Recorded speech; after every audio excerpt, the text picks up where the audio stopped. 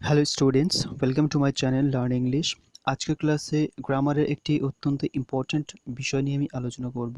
তার নাম হলো কন্ডিশনাল ক্লজ বা কন্ডিশনাল সেন্টেন্সেস।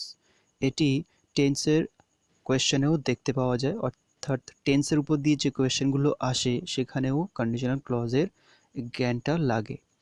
তো সবচেয়ে প্রথমে আমাদেরকে জানতে হবে কন্ডিশনাল সেন্টেন্স কাকে বলে, ডেফিনিশন বা সংজ্ঞা। কন্ডিশনাল সেন্টেন্সেস, কন্ডিশনাল নামটা থেকেই বোঝা যাচ্ছে এর মধ্যে একটা শর্ত থাকবে, অর্থাৎ যদি এই শর্তটা পালন হয়, এই কন্ডিশনটা পূরণ হয়, তাহলে একটা ফলাফল ঘটতে পারে। উদাহরণ হিসেবে আমি বলতে পারি যে যদি তুমি এই কাজটা করো তাহলে তুমি পারিশ্রমিক পাবে, যদি এটা করো তাহলে এটা তুমি পাবে, যদি আজ বৃষ্টি হয় তাহলে আমরা যাব না, বা যদি আজ তারা ভালো খেলে তাহলে তারা চান্স পাবে। এই ধরনের কন্ডিশনাল সেন্টেন্স। যদি স্কুল না খোলে তাহলে অনলাইন এক্সাম হবে, যদি স্কুল না খোলে, আর যদি খোলে তাহলে অফলাইন এক্সাম হবে। তো সবটাতেই আমি একটা কি করছি, কন্ডিশন বা শর্ত দিচ্ছি, তার ফলে আরেকটা কি দিচ্ছি, তার ফলাফল দিচ্ছি। যদি এটা হয় তাহলে ওটা হবে, তাহলে যদি যেখানে আসবে সেখানে হচ্ছে কন্ডিশন চলে আসলো, শর্ত। এই হচ্ছে কন্ডিশনাল সেন্টেন্স। এখন আমরা কন্ডিশনাল সেন্টেন্স কাকে বলে একবার লেখা দেখে নিই। এই conditional sentence tells the conditions, এটি একটি শর্ত বলে দেয়, ইন হুইচ সামথিং হ্যাপেন্স, কিছু একটা ঘটে। It shows a possible cause and effect, অর্থাৎ একটা কারণ দেখায় এবং একটা ফলাফল দেখায়।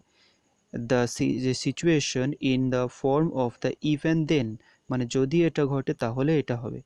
The conditional sentences has a clause beginning with if, এটার একটা ক্লজ থাকে কি দিয়ে যুক্ত হয়, ইফ দিয়ে।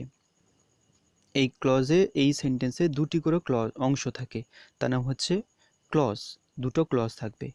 তো এখানে কিছু এক্সাম্পল দেখে নিই। Conditional sentences are made of two clauses, কটা ক্লজ, দুটি। One beginning with if clause and one main clause, একটা ইফ ক্লজ, একটা শর্ত থাকবে, তার একটা পরে থাকবে কি রেজাল্ট বা ফলাফল, তার সেটা হচ্ছে মেইন ক্লজ। এক্সাম্পল দেখো, if they win the match, যদি তারা ম্যাচটা জেতে, দে এন্টার্স দ্য ফাইনাল, তাহলে তারা ফাইনালে প্রবেশ করে, বা তারা ফাইনালে প্রবেশ করবে, এইভাবে।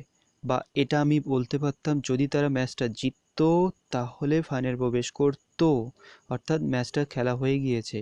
আর এখানে ম্যাচটা খেলা হয়নি, একটা প্রেডিকশন করছি আমি, বা ভবিষ্যৎবাণী করছি, যদি তারা, মানে ভবিষ্যতে কি হতে পারে সেটা বলছি। তো এরকম টেন্সের হেরফের হয়, অর্থাৎ টেন্সের প্রেজেন্ট পাস্ট এই সমস্ত ঘটতে পারে, কিন্তু তার মধ্যে শর্ত থাকবে, সেটা হচ্ছে conditional sentence. Parts of conditional sentence. এবার কন্ডিশনাল সেন্টেন্সে এতক্ষণ ধরে আমরা দেখছিলাম কতগুলো পার্ট থাকে, দুটি। একটা হচ্ছে ইফ এর সাথে ডিপেন্ডেন্ট ক্লজ অর্থাৎ নির্ভরশীল ক্লজ, আর ইন্ডিপেন্ডেন্ট ক্লজ অর্থাৎ এটা হচ্ছে কজ আর এটা হচ্ছে এফেক্ট, এটা হচ্ছে কারণ, এটা হচ্ছে তার ফলাফল বোঝাবে।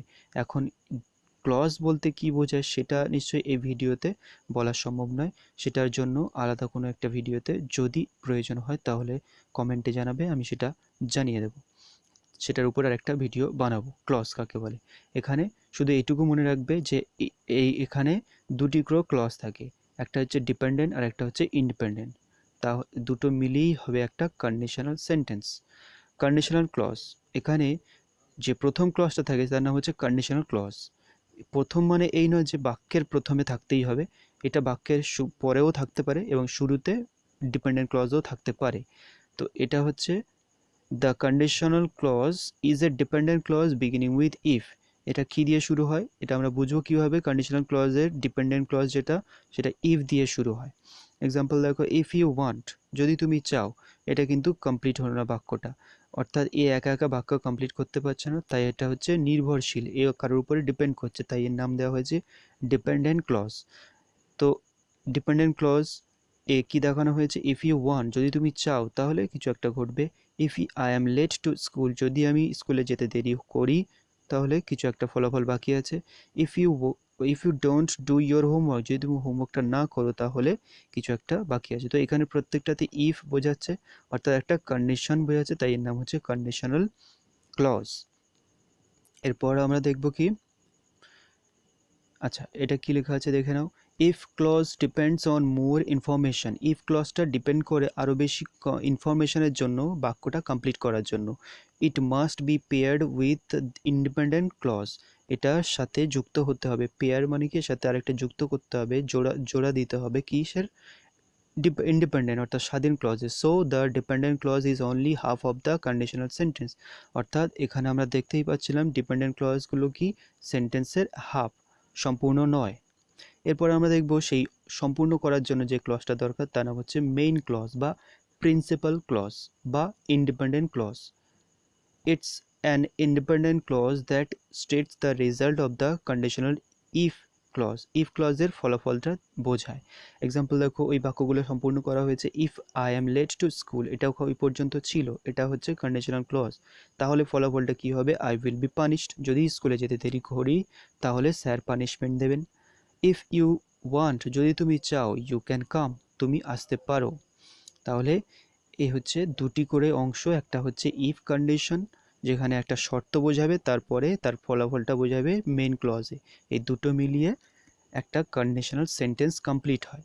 মোটামুটি একটা আইডিয়া পাওয়া গেল যে কন্ডিশনাল সেন্টেন্স কি।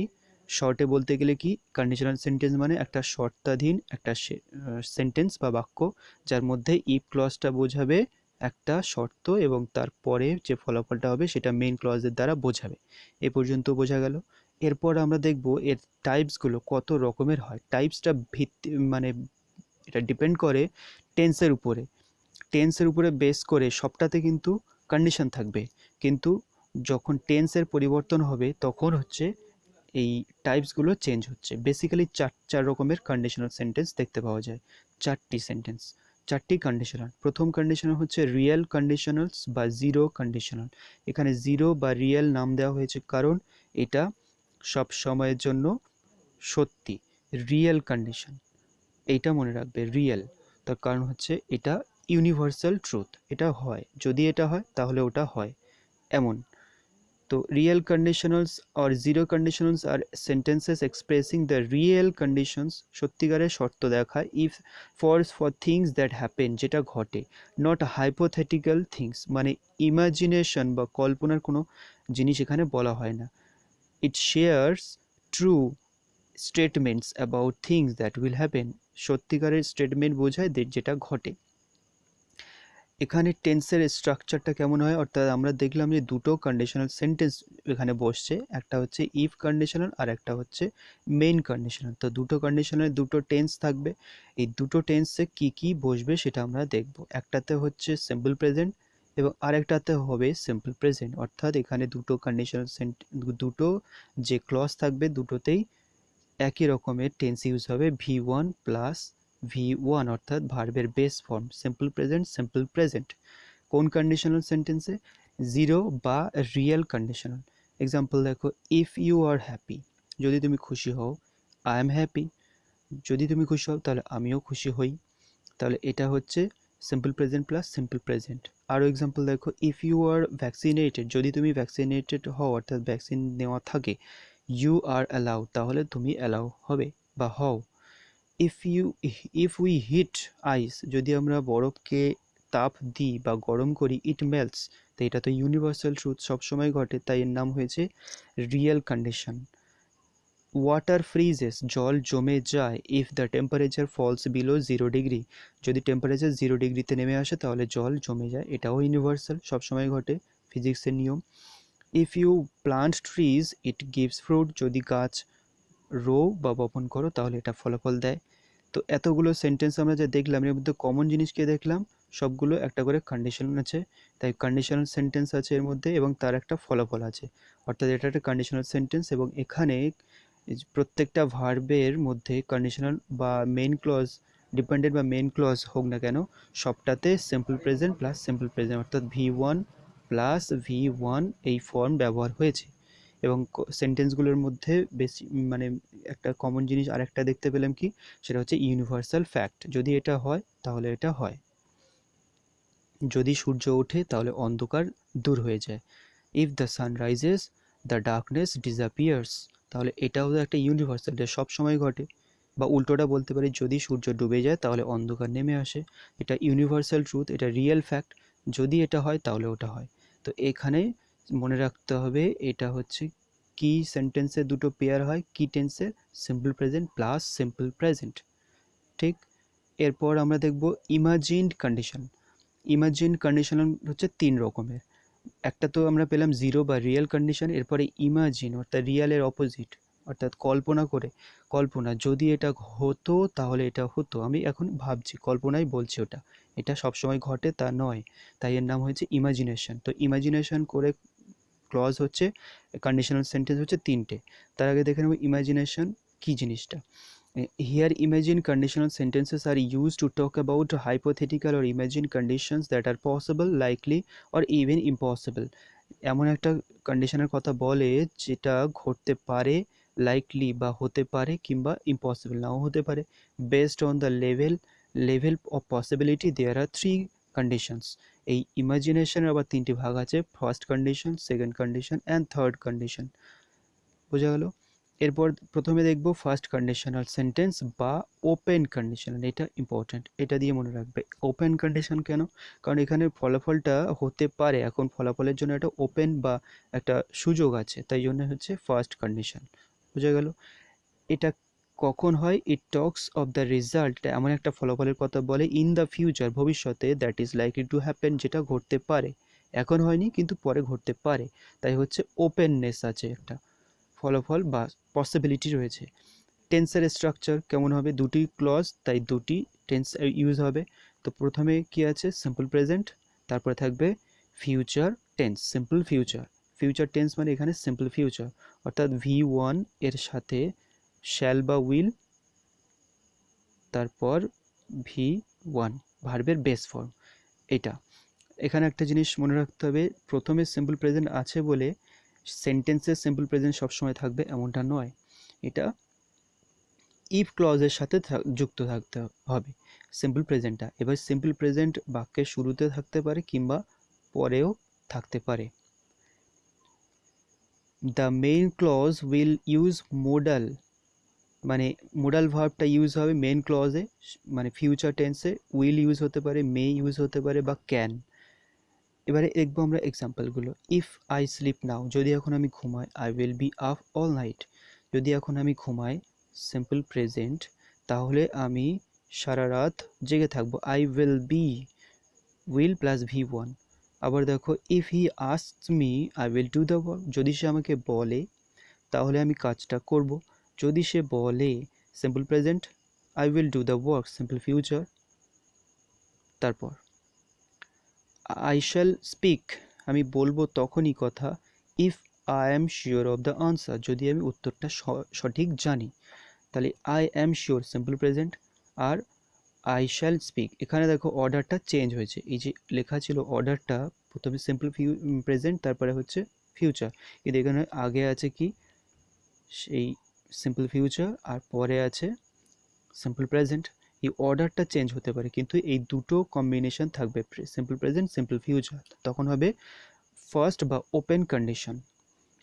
নেক্সট, ইফ ইউ স্টাডি, যদি তুমি পড়ো, simple present, you will gain knowledge, তাহলে তুমি জ্ঞান অর্জন করবে, you will gain, simple future. If KKR wins the match, যদি KKR ম্যাচটা জেতে, simple present, they will go in the final, তাহলে তারা ফাইনালে প্রবেশ করবে। তারপর ইফ ইট রেইনস, যদি বৃষ্টি ঘটে, the BCCI May cancel the match, তাহলে BCCI ম্যাচটা ক্যান্সেল করতে পারে। বোঝা গেল? তাহলে এই সব কটা সেন্টেন্সের মধ্যে কমন জিনিস আমরা কি দেখতে পেলাম? এর মধ্যে একটা ওপেননেস আছে, অর্থাৎ এই জিনিসটা যদি হয়, এখনো হয়নি, যদি হয় তাহলে এটা ঘটবে, তার মানে এর একটা হওয়ার পসিবিলিটি রয়েছে, প্রবণতা রয়েছে, তাই হচ্ছে এটা ওপেন বা ফার্স্ট কন্ডিশন। এর পেয়ারটা কি কি হয়? সিম্পল প্রেজেন্ট V1 প্লাস হচ্ছে simple future will plus V1 বা শ্যাল প্লাস V1 বা ক্যান বা মে ইউজ হতে পারে। এই যে ক্যান ইউজ হয়েছে, মে ইউজ হয়েছে, মে ক্যান্সেল, এটাও তো সিম্পল ফিউচার বোঝাচ্ছে, এখনও ক্যান্সেল করেনি। যদি বৃষ্টি হয়, মানে মেক করে আছে, আমি বলছি, দেখে বলছি কি যদি বৃষ্টি হয় তাহলে ম্যাচটা ক্যান্সেল হবে। বা KKR যদি ম্যাচটা জেতে, তার মানে এখনও জেতেনি, চলছে খেলা বা হবে, তখন তারা ফাইনালে প্রবেশ করবে, একটা ওপেননেস বা পসিবিলিটি রয়েছে, তাই ওপেন কন্ডিশনাল সেন্টেন্স বলা হয়। বোঝা গেল? নেক্সট দেখবো আমরা কি, সেকেন্ড কন্ডিশনাল। এই সেকেন্ড কন্ডিশনালের মধ্যে কত ইম্পর্টেন্ট, প্রেজেন্ট, সাবজাংটিভ ক্লজ বা নেগেটিভ। এখানে নেগেটিভিটি থাকবে, অর্থাৎ এই কাজটা হয়নি। আর এটা কিন্তু ওপেন নয়, এটা ক্লোজড কন্ডিশন। এখানে কথাটা লেখা হয়নি, এটা তোমরা মনে রাখবে, এটা হচ্ছে একটা ক্লোজড কন্ডিশন। কারণ কি, এখানে আর সেই পসিবিলিটি নেই, লাস্টে যে দুটো করবো সেই দুটোতেই ওপেন ব্যাপারটা থাকবে না। এটা কাজটা হয়ে গিয়েছে, এখন আর সম্ভব নয়, আমি কল্পনা করছি। আর কল্পনা যেখানে থাকবে সেখানে সাবজাংটিভ ব্যাপারটা থাকবে, যেটা আর সম্ভব নয়, যেটা আর ওপেন নেই, যার রেজাল্টটা ক্লোজড হয়ে গেছে। সেটার আমি যদি আবার অপোজিট একটা রেজাল্ট কল্পনা করি, ইচ্ছা প্রকাশ করি, এটা হতে পারতো, এমন যদি থাকে, তাহলে সেটা সাবজাংটিভ ক্লজ বা সাবজাংটিভ মুড হয়, বা সেকেন্ড কন্ডিশনাল সেন্টেন্স হয়। বোঝা গেল? এবারে দেখো কি বলা আছে, the second conditional shows possible outcome. Second conditional বোঝায় একটা সম্ভাবনাময় result, outcomes possible, that could occur, যেটা হতে পারতো বা হতে পারে, in the present future or specific conditions, বিশেষ কোনো শর্তে। এক্সাম্পল কি লেখা আছে, পাস্ট সিম্পল, অর্থাৎ এখানে টেন্সের স্ট্রাকচারটা দেখো, সিম্পল পাস্ট এর সাথে would plus base form of the verb, base form of the verb use হবে ভার্বের। সিম্পল প্রেজেন্টের সাথে পাস্ট, সিম্পল পাস্টের সাথে, অর্থাৎ সিম্পল পাস্ট মানে V2, এবং এর সাথে কি ইউজ হবে, উড বসাবো, তারপরে বেস ফর্ম ভার্বের। 1 নম্বর, ক্যান, কুড, মে, মাইট, এগুলো সব তো মোডাল ভার্ব, এদের পরে ভার্বের বেস ফর্মই বসে। উইল এর পরে কখনো সেকেন্ড ফর্ম হয় না, বা উড এর পরেও সেকেন্ড ফর্ম হয় না। যেমন উড ওয়েন্ট বা উড প্লেড জীবনে হয় না, উড প্লে হবে। তো ভার্বের উডের পরে বেস ফর্ম ইউজ হবে। এক্সাম্পল, আচ্ছা এখানে একটা জিনিস মনে রাখতে হবে, could, might, may be used in place of would, উডের পরিবর্তে আমরা এখানে কুড বা মাইট কথাটা ইউজ করতে পারি। Example, I would help him, আমি তাকে সাহায্য করতাম, ইফ হি আস্কড মি, যদি আমাকে সে বলতো। অর্থাৎ সে আমাকে বলেনি আর সাহায্যটা করাও হয়নি, এটা এখন আর সম্ভব নয়, সিচুয়েশনটা চেঞ্জ হয়ে গেছে, সেই সময়টা পেরিয়ে গিয়েছে। যদি সে আমাকে বলতো, সিম্পল পাস্ট, এর সাথে পেয়ার হয়েছে কি উড প্লাস ভার্বের বেস্ট ফর্ম। যদি সে আমাকে বলতো তাহলে আমি তাকে হেল্প করতাম। টেন্সের স্ট্রাকচারের সাথে সাথে এটা কন্ডিশনাল সেন্টেন্সের যে সিচুয়েশনটা, অর্থাৎ ওপেননেস বা ওপেন, এই কাজটা এখন আর সম্ভব নয় বা কখন হবে বা ইউনিভার্সাল ট্রুথ আছে কিনা সেটাও লক্ষ্য করতে হবে, তাহলে টাইপটা আমরা বুঝতে সুবিধা হবে আমাদের। পরের এক্সাম্পল দেখো, he would do the work, সে কাজটা করতো, ইফ হি হ্যাড টাইম, যদি তার সময় থাকতো। এই যে হ্যাড মানে V2 আছে, অর্থাৎ ভার্বের সেকেন্ড ফর্ম মানে সিম্পল পাস্ট, যদি তার সময় থাকতো তাহলে সে কাজটা করতো, সময় নেই তাই করেনি, তাহলে পসিবিলিটি নেই। নেক্সট, ওপেননেস বা এরকম কিছু নেই, ক্লোজড হয়ে গেছে, তাই এটা ক্লোজড কন্ডিশন বা সেকেন্ড কন্ডিশন। আর করেনি তাই নেগেটিভ কথাটা ওখানে লেখা ছিল।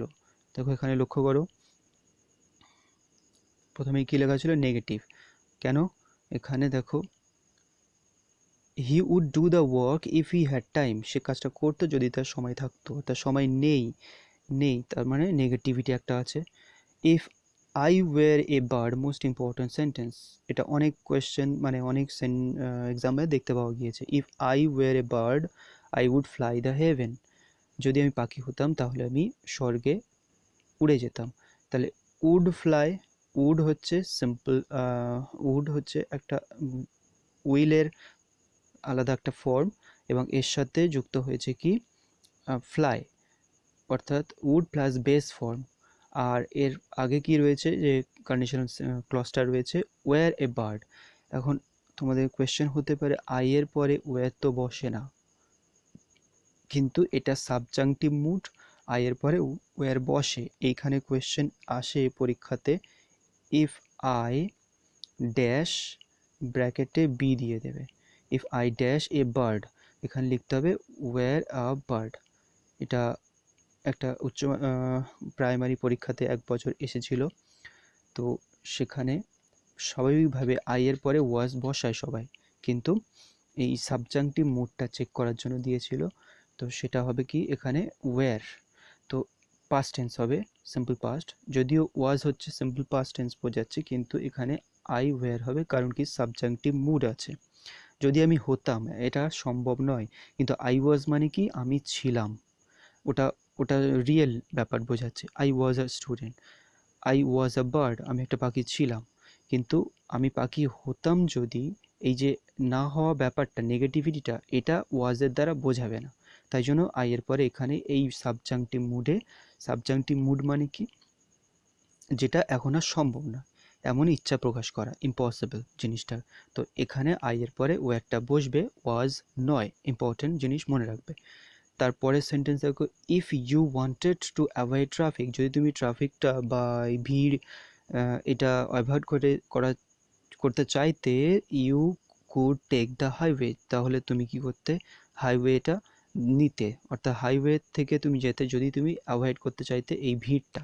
তাহলে ওয়ান্টেড এটা হচ্ছে এখন হয়ে গিয়েছে, এখন আর সম্ভব নয়, তাই এটা হচ্ছে ক্লোজড কন্ডিশন, বা এটা নেগেটিভিটি রয়েছে, এখন আর মানে সেই হাইওয়েটা নেওয়া হয়নি।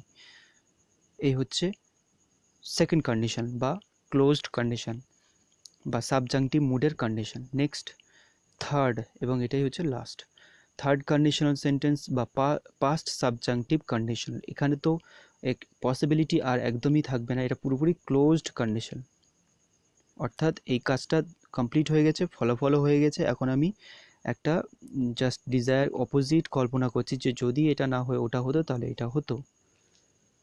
তো এক্সাম্পল এখানে প্রথমে ডেফিনিশনে কি বলেছে, the third conditional let's us complete what could have happened. Third কন্ডিশনালটা আমাদেরকে এটা কন্টেমপ্লেট অর্থাৎ বুঝতে, বোঝায় বা অনুমান করতে শেখায়, হোয়াট কুড হ্যাভ হ্যাপেন্ড, কি ঘটতে পারতো, কুড হ্যাভ হ্যাপেন্ড মানে যেটা এখন আর ঘটবে না, if things went differently in the past, যদি অতীতকালের জিনিসটা আলাদা হতো। It lets us reflect upon things in the way of it if this had happened, this could have happened. যদি এটা ঘটতো তাহলে ওটা ঘটতো, অর্থাৎ যেটা কাজটা হয়ে গিয়েছে আমি তার অপোজিট কল্পনা করছি এবং ফলাফলটাও অপোজিট কল্পনা করছি। এখানে টেন্সের স্ট্রাকচারটা ইম্পর্টেন্ট, মনে রাখতে হবে। এখানে কি বসবে, would plus have plus past participle অর্থাৎ ভার্বের থার্ড ফর্ম। গো ওয়েন্ট গান, এখানে ওই গানটা ইউজ হবে। তো এই উড প্লাস হ্যাভ, তারপরে পাস্ট পার্টিসিপল এর সাথে পাস্ট পারফেক্ট, অর্থাৎ পাস্ট পারফেক্ট মানে কি, হ্যাড প্লাস V3, এইটার সাথে যুক্ত হবে কি, উড হ্যাভ আর পাস্ট পার্টিসিপল অর্থাৎ V3, এখানেও V3 পাস্ট পারফেক্ট টেন্স, আর পাস্ট পার্টিসিপলেও V3, তার সাথে আগে কি বসবে, উড হ্যাভ। এক্সাম্পল দেখলে পুরো ক্লিয়ার হয়ে যাবে। Raju would have learned grammar, Raju grammar শিখতে পারত, if he had worked hard, সে যদি ভালো পরিশ্রম করত। He had worked past perfect, would have আর লার্নড V3 পাস্ট পার্টিসিপল, যদি সে ভালো করে পরিশ্রম করতো তাহলে জিততো, মানে মানে এইটা শিখতে পারত। তাহলে এখনও সে শেখেনি বা পরিশ্রম করেনি, যেটা আর সম্ভব নয়, ব্যাকে গিয়ে পেছনে। তারপর I would have helped him if he had needed help, যদি তার দরকার হতো তাহলে আমি তাকে সাহায্য করতাম। He would have done the work if he had time, সে কাজটা করতো যদি তার সময় থাকতো। If you had done well on the sets, you would have been accepted, যদি তুমি এই পরীক্ষাটাতে ভালো রেজাল্ট করতে তাহলে তোমাকে অ্যাকসেপ্ট করা হতো। If you had taken the highway, you could have avoided traffic, could